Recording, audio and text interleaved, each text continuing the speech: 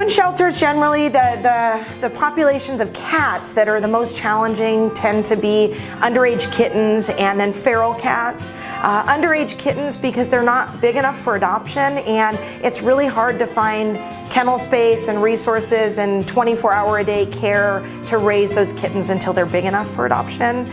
Feral cats because by their very nature they're wild and unsocial, and they're not adoptable. They're not your regular domestic cat you can cuddle with.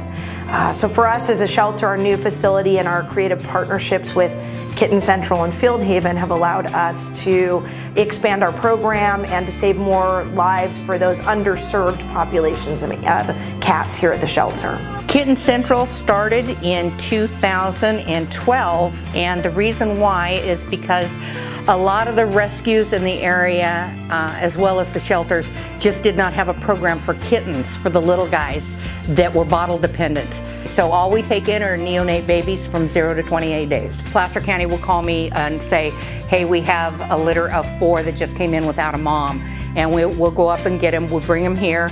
We put them through the intake process. We get them everything they need. Then we find the suitable foster home. I love it when their little ears go back and forth like that. They were bottle fed every 4 hours, which meant waking up a couple of times in the night for the first few weeks. If a kitten is given to Kitten Central and you may think there's just no hope for this kitten, they devote everything to every kitten that they get. FieldHaven is another unique program, unique partnership that we have here in our community. One thing they do for our shelter is help with our feral cat population, the ones that are not social and friendly enough for adoption, but we don't want them to miss out on their chance at finding a safe place in our community. What FieldHaven did last year is they saved all of the feral cats from our shelter. They placed them into local barns, warehouses, garages, places where they had a safe environment, but then they provide rodent control. This year they've actually helped us start our own program where now we're sort of taking that baton and doing it ourselves.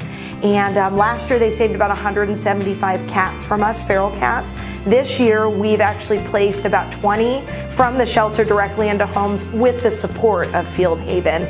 When I feed steers here, the grain, I'll usually keep 1,000 pounds of grain at a time, and the mice and rats were getting underneath the pallets and just eating the bottom bags, and that's kind of stopped now.